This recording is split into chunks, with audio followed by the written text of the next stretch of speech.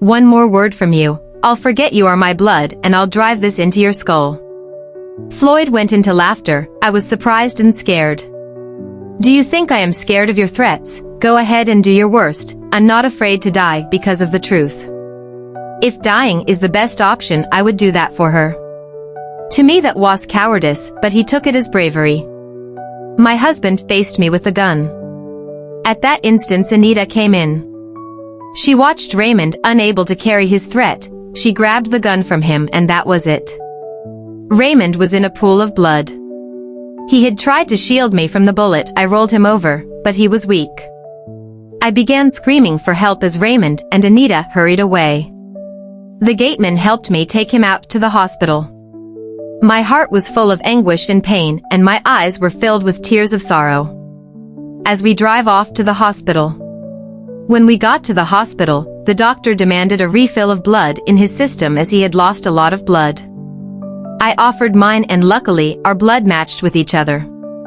My blood was transfused to his. I couldn't bear seeing him in such a condition because of me. He was in a coma and all I could do was to pray for his survival. He woke up 5 hours later. I was elated that I embraced him. I didn't know when I said I love you, please don't leave me. That was when I realized the repercussions of what I did. He never responded. He only looked on. My heart was full of joy, at least I was glad he survived it. But I had a little issue at hand. I didn't know how to get money to sort his bill since I had none. He saw my expression. He weakly asked. The doctor demands that your hospital bill be paid. I said sadly. It's no problem, I will sort it out. After 2 days he was fully recovered. Right before we left Floyd advised me to be stronger since the battle was just encroaching. And you want to give up ourself as a piece of sacrifice. He looked away.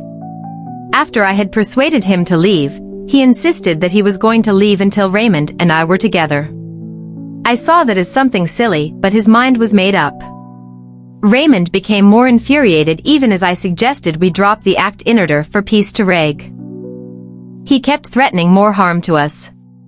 Floyd suggested I place the call on record so as to hold him responsible if anything should happen. I was returning back from church one afternoon. 3 men were trailing behind me. When I stopped they would halt. I quickly hurried home. I informed Floyd about it, but he brushed it aside. You are beautiful, so you should expect people, especially men, to admire you. He jokingly said. Deep down I knew something was wrong, but I couldn't fathom where and how. That same day, during late hours of the night, I heard the sound of gunshots. I was scared for the worst to have happened. I came out only to see some hoodlums in masks hurrying away. They were 3 in number. My mind was directed to Floyd.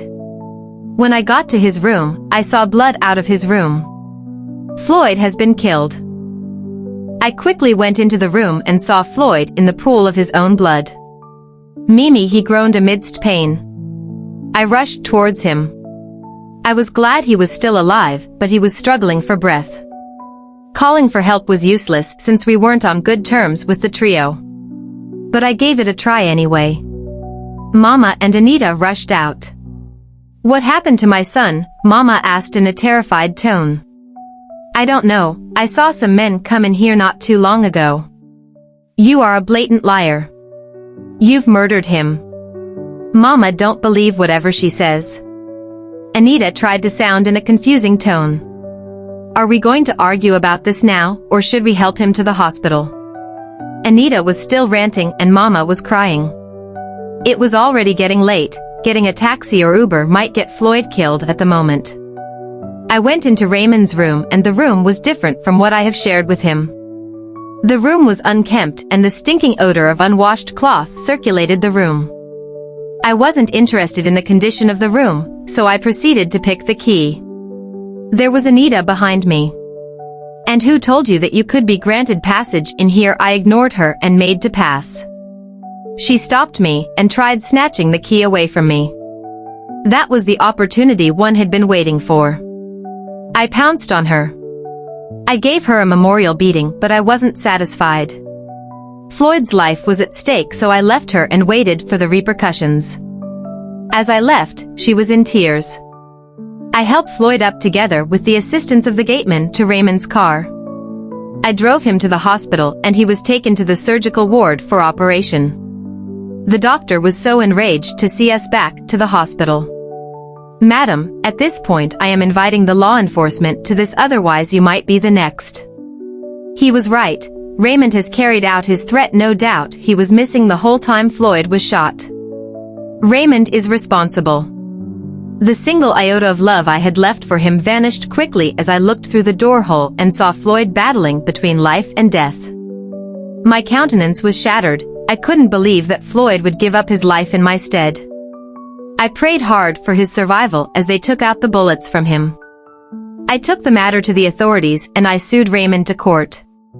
It began to make sense when Floyd told me to record the life-threatening conversation I had with Raymond. I dropped the evidence of the recordings at the police station. But the doctor amazed me. He handed me pictures of my bruised self. This would help you out. You've gone through a lot. You deserve peace and justice. Also sue him for domestic violence. I appreciated him. He was arrested and a court case was arranged for us. I charged him with adultery, murder, domestic violence, and violation of marital vow. And I was still thinking of more because I was so bitter. All the love I felt for him was hatred. I regretted getting married to him. Raymond thought he could make away with it through his money, but thankfully the doctor was influential and got some God connections in the law force. The court case was kept on hold as Floyd was still in coma.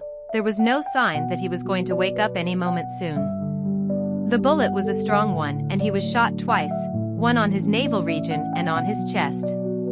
He was transferred to an ICU unit for intensive care and monitoring of his movement. Anita was nowhere to be found as she had vanished with Raymond property. Rumor had that she was a gold digger. Who was after his wealth? Karma was after him. Only then did she dawn on Mama that she had misled her son. She realized everything was happening because of her. Only then did she regret her actions. Her two sons were about going down because of her foolishness.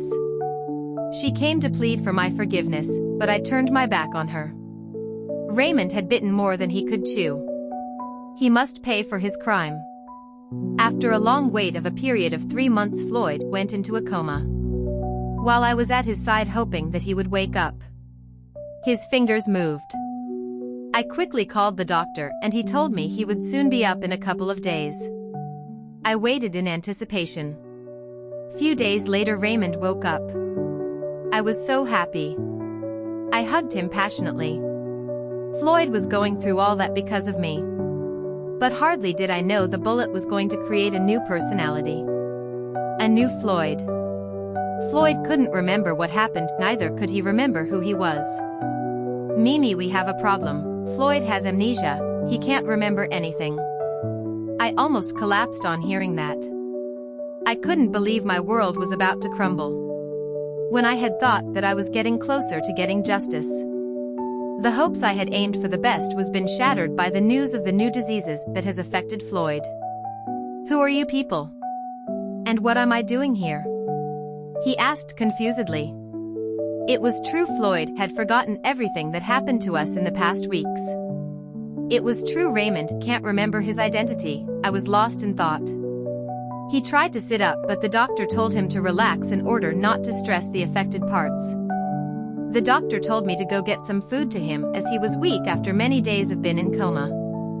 I did as instructed, but not after staring at Floyd before exiting the room. I returned afterwards and Floyd demanded that he wanted to see his mother. I feared for the worst. I feared that Mama would poison his mind. But I had no choice than to do as he requested. It was Mama's turn to turn down my plea after she asked for my forgiveness. I explained the situation at hand. You are the main reason my sons are in this condition. You are a misfortune, and you deserve anything you are facing now. I was fed up with Mama threats and insults. I wasn't scared of anyone, not even death. Enough of this, Mama. I have accoladed you the respect as a woman and mother-in-law you are. For your information, before I got married to your son Raymond, my life was a bit more fair than this. Being married in the space of 1 year has been a hell for me.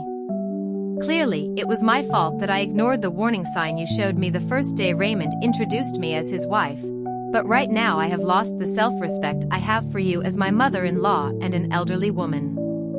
I promise you this, I'll see to it that you'll regret your action. She raised her hand to slap me. I quickly held it. She was shocked. I left. The next day Mama visited the hospital without my notice when I got there. Damage was being done without repair. I tried getting closer to Floyd, he stopped me and ordered me out. He accused me of hiring hoodlums who almost took away his life. He called me all manner of names. I left there in pain and in tears. The doctor told me not to give up, that I should keep fighting for what is right. What is right? There is clearly nothing right about all these. Floyd has taken the side of our enemies. We have less than 2 weeks to appear in court and Floyd was my main evidence. All this amnesia of a thing has eaten him deep. Floyd doesn't remember anything, not even his name. Doctor, I'm going to withdraw this case and leave that family for life. I am too young for all of these. You won't do that miracle, you can't back down now. We'll fight the case together. The doctor assured me. He took me home to his family. His wife was cordial and friendly. There was no doubt that I had fallen in love with Floyd. I have grown so fond of him. My love for him has deepened over the days. He broke my heart. I knew he didn't do that out of his own will. Floyd would do anything to defend me, and that's one of the reasons I will have to fight back at least to get the justice we deserve before he gets to remember anything. I'll fight for us. I love you, Floyd. I spoke out loud as I closed my eyes and drifted to a world free of pain. I visited my lawyer since the case was in a few days' time. He assured me that I'll win the case. I kept my hopes high. The doctor came to me one evening that Raymond pleaded to see me. I was so angry at the mention of his name. After all he has done. I asked. You never can tell why he wants to meet you, karma has caught up with him. He kept calling your name each time he has a nightmare. Karma has caught up with him. I accepted to meet him. The Raymond I saw the next day was a different Raymond I had gotten married to. He was a changed person. Raymond, I was so surprised to see his new outlook. Truly, the cell wasn't a place one could be in. The prison wardens roughly pushed him out. He staggered, looking weak, hungry, and worn out. Fresh scars of animal skin whip, koboko, neatly lined on his naked skin. He limped out with bruises all over him. My heart felt for him. My compassionate self was back again. I covered my mouth in shock as he made it to the chair. I stood up and left. All I felt at that moment was sympathy. I couldn't believe I would feel that way to someone who made my life a living hell. I returned back with the food I purchased from a nearby eatery. I set it before him and sat down. I studied his expression. Raymond avoided my gaze. He was fidgeting all over. He sniffed. I presume it was tears, and I was right. I opened the food. I thought you will never come after all you've been through, all because of me. He looked at me. It was never my wish to meet him, but I was there. You are still my husband for the meantime until we get an annulment. Where's my brother Floyd?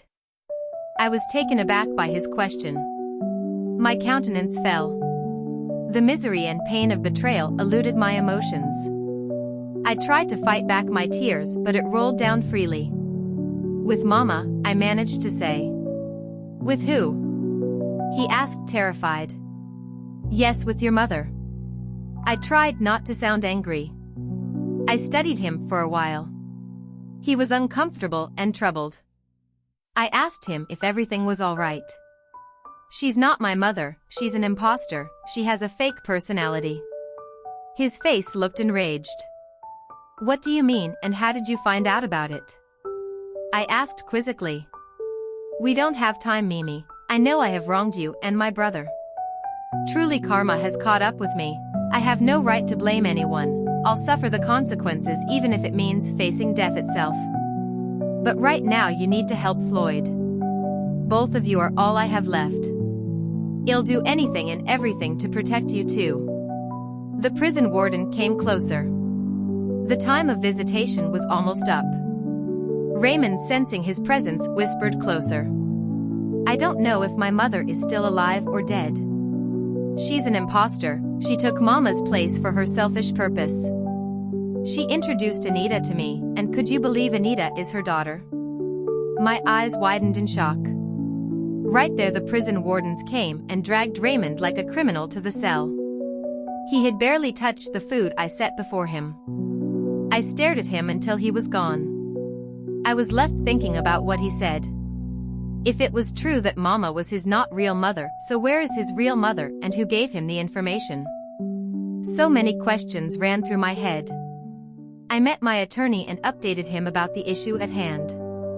He asked if I made a recording of it. But I didn't. I never thought of that. The doctor was quite shocked as I was when I told him all that Raymond had spoken to me. He asked the same question I did but got no reply. He asked me to debunk it. You can't believe anything he says to you until you see or witness it. It might be a frame-up. I insisted that I wanted to meet Floyd since I couldn't reach him on the phone again. The doctor advised me to stay back. It is too risky to go to the house as we don't know their next plan. I only prayed and wished he was safe. A day to the court case. My attorney called. Mrs. Raymond.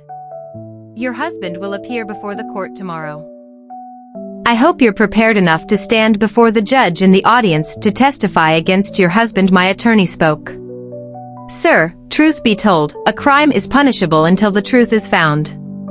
I found out that Raymond had been manipulated. He wasn't the one who attempted to murder Floyd. I know the people who are behind it. So I want to withdraw my case. I said with assurance, hoping it was going to be possible. My dear, it's the duty of the judge to judge this case. Well, I'm not surprised that you're saying this. You allowed your emotion to get the best of you. What if it's a setup? I was mute. He might be right, but I wasn't convinced.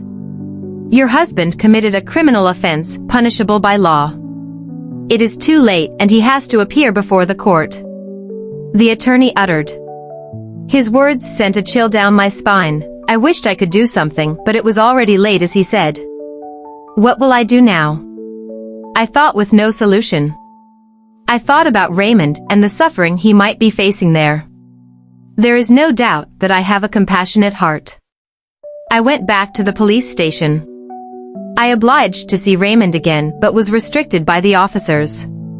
They said his visiting hours were over. I had many questions to ask. Finally, when they allowed me in after much pleading, I met him in fresh pain. He was tortured. You came back again. Do you know one thing about you love too much? Then you don't know how I hate the day I met you, and do you know how much I curse the day I married you? I blunted out. Was that why you removed your ring? He looked at my finger. I threw it away forever. He stared at me for what seemed like ages. He nodded vigorously. How's Floyd? I shook my head. He understood. The policeman came closer. He stood up and made to leave. Then he turned to me. Please save Floyd.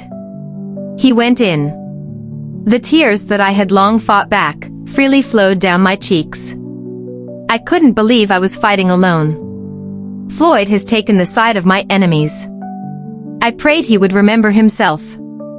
The next day, the doctor encouraged me to be strong. He assured me that we would win the case. The next day to the date of my hearing. But something happened. That night I was restless. Many thoughts drifted through my mind. The situation I was currently facing. I wondered if the peace people claim to have in this world truly exists. In a few months I'll be turning 27 and there was no sign of peace. I wondered if I was cursed. The truth was that I grew up with narcissists, people who complained and nagged me every day of my life.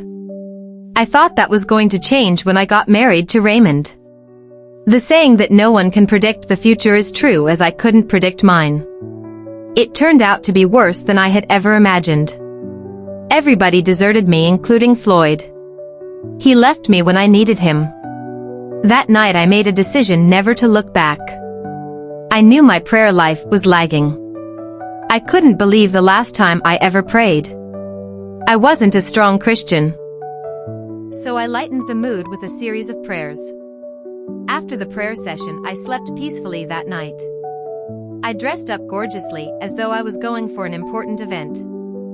Yes, I was. I was finally getting a divorce, and I was optimistic of winning the case, even though I had just the doctor and the recordings as evidence with me. Last night I dreamt someone greater acted as the judge and I won the case. It was God.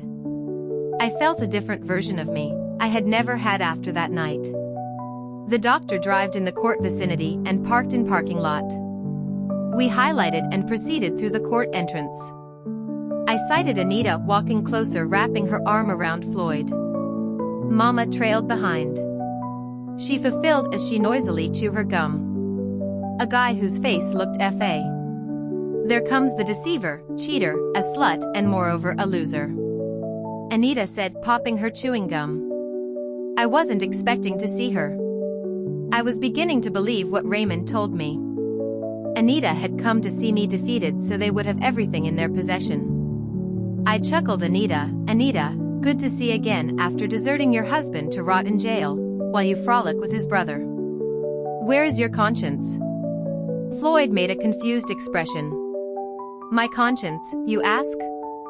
My consciousness is seated at the back of my village mango tree watching you, fool. I let out a short-lived laughter.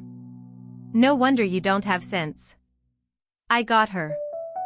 She charged forward towards me. But Floyd saved her. Otherwise she would have licked the sand before the case start. Let's go. As for you, you would live to regret this. He winked his eyes. At that point I got confused and carried away. Why would he do that? The doctor smiled and looked away. Is there anything you are not telling me? I asked suspiciously. Yes, there is. You allow your emotion to get the best of you. Just a wink. You tripped off. Doc, let's get going. I moved away, realizing what I have done. We met our attorney on the way. He assured us that everything will work out if only we stick to the plan and the truth. We nodded in affirmation. Moments later, right before the court started, Raymond was brought in handcuffs. I stared towards Anita. She had a devilish grin on her face. She whispered to the hearing of her mom. They smiled. Anita turned to me. She stuck out her tongue. I looked away, closing my eyes. I muttered a short prayer. The case was really going well with Raymond, as he admitted to the crimes he committed. I was called upon to testify. Raymond's lawyer, hired by Anita, interviewed me. The registrar read our case. What's your relationship with Raymond? He asked. He was once my husband. Raymond stared deep into my eyes.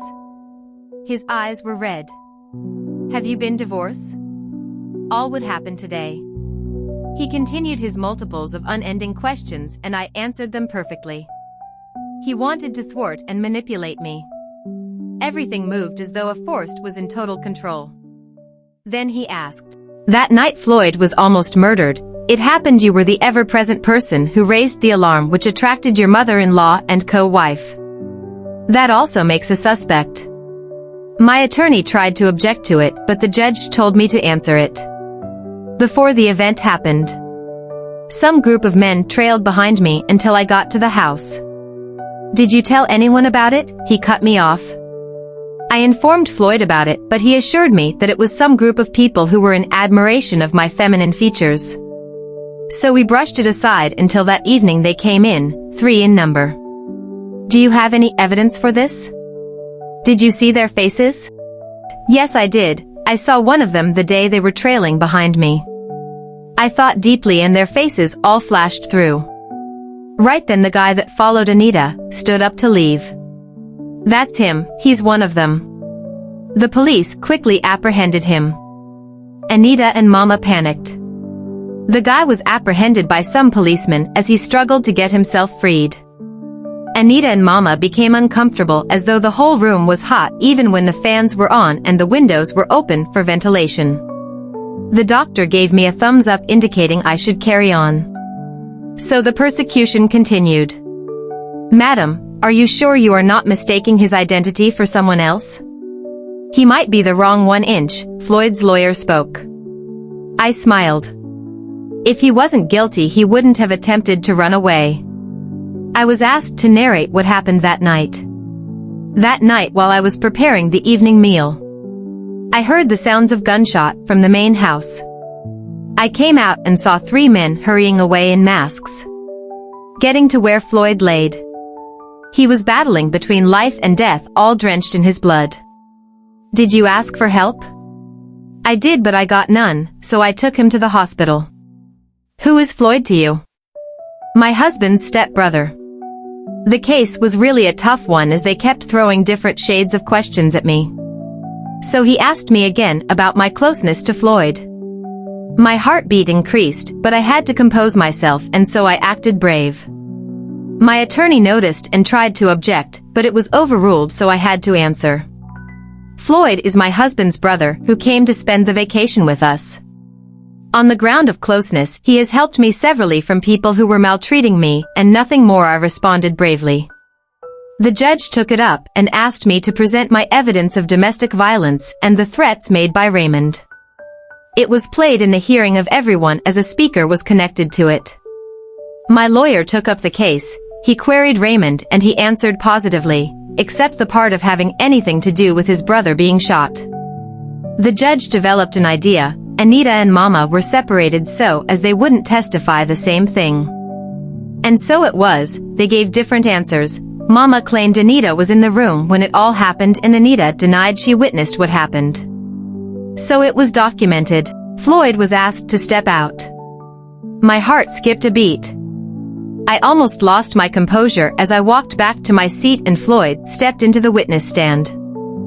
Floyd was suffering from amnesia, and there is no possible way he would remember anything that happened. They might have framed him up. I said to the doctor and got no response. I noticed the calmness of the doctor as he kept his peaceful countenance.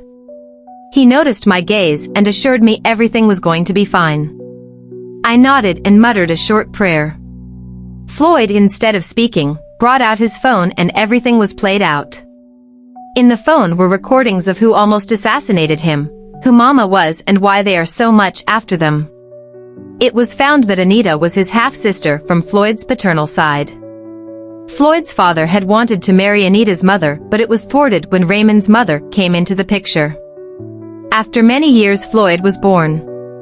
Anita's mother seduced his father into lying with her. She got pregnant and waited for the day she would strike. In waiting she went and transformed herself into becoming like Floyd's mother, and she replaced Floyd's mother. She kept Anita in charge of someone whom she hired as her nanny till she finally picked her up as Raymond's wife. Everybody waited to hear about what became of Mama. But she didn't say anything. Both of them were arrested as they tried to escape. They were brought to trial. Mama confessed to all her crimes, implicating her daughter as well. I wondered what sort of mother would do that. No doubt she was selfish and heartless. She confessed about murdering the real Mama. She said it wasn't her intention to kill her, but she did that in order to cover up as Mama tried to escape. Raymond almost broke loose, but he was held back. Their mother was dead and was never going to come back to them. That was when I realized the bond Raymond shared with his mother that made him do all he did. Even at that, he was a dark man. There was no excuse for what he did to me, unlike Floyd, who stood by me. Floyd apportioned the credit to the doctor who brought up the idea that he should behave as though he had amnesia. He also said he teamed up with Raymond and he complied. The two brothers smiled in pain. I looked at the doctor and he smiled at me and shrugged. I went and gave him a hug. The case was almost over. We won, but I was asked if I still wanted to divorce my husband. I signed the divorce papers with boldness. I knew the love was gone. There was no way things would go normal if I was still with him. The ignition of love was gone. I was in love with someone else. So I had set myself free and probably find the right person for me. I was finally divorced with half his property given to me, but I rejected it. I didn't marry Raymond for his property. I married him because I loved him. Raymond and Anita were sentenced to 10 years imprisonment. Mama was sentenced to life imprisonment with several crimes attached to her. I thanked the doctor as I went to hug Floyd. I was glad he was fine. "Floyd, I love you," I said as we both drove home. He kept mute. When we got home, he came closer to me, holding my hands. "Mimi, you are one of the nicest and lovely person I have ever seen in my life. You are unique. But on this ground, I'm afraid we are not compatible to be together. You are my brother's wife, and there's no way I would marry you without his approval. He told me to take care of you for him, and that's what I'll do. He will still come back for you." I was heartbroken. "Floyd, some things can never change, and that includes me going back to your brother, my ex-husband. I would never have anything to do with him," I convincingly said. "You will, Mimi, find a place in your heart and forgive. Obviously you are still going through the trauma of what he did to you. Can't you see, I don't love him anymore. I have forgiven him long ago. I tried loving him again, but I just can't do it anymore, Floyd." He left me and went in. I was devastated and heartbroken. Tears rolled down my eyes. I wiped my tears. I was going to set my wrong right. I went into the house and parked my possessions. I drove off before Floyd would meet me. For 8 years I never set my eyes on the two brothers. Life was going smoothly well. I recently came back to Nigeria. I was strolling down the street of Lagos when a beautiful little girl came and held my hands. I felt a feeble hand slip into mine. I was forced to stare down. There was this little beautiful princess, holding my hands, but her facial expression was full. It seemed as though she had been crying. I bent to her height. "Hey, princesses, why are you crying, and where are your parents?" She ignored me and kept on crying. After some minutes of consoling her, I noticed something was off about her. There was no relative coming her way to pick up. The worst part was she wasn't talking, but she had finally been able to keep shut. I asked those nearby in that area if they knew who she was. Their answers proved all negative. I didn't want to take another person's child, so I freed myself from my grip and she held on to me again. I did it one more time and even tried walking away, but she ran after me crying. I had no other than to take her to the authorities. When we got to the police station, I gave my statement on how I met her, and when the procedure was finally completed, I tried to leave, but she started crying. No amount of threats by the police could convince her to keep quiet. After some time of watching her, I decided to take her home. At first they didn't agree, but after the cry persisted, they allowed me. I signed different documents and gave them all my possible details should anything happen to her. When we got home she was fast asleep. So I laid her to sleep. I found out her name was Claire, as she had told me. She was a little kid of 5 years according to her. She was so fun and lively to be with. I asked her about her parents. She became sad and almost teary. I drew her closer to me and consoled her.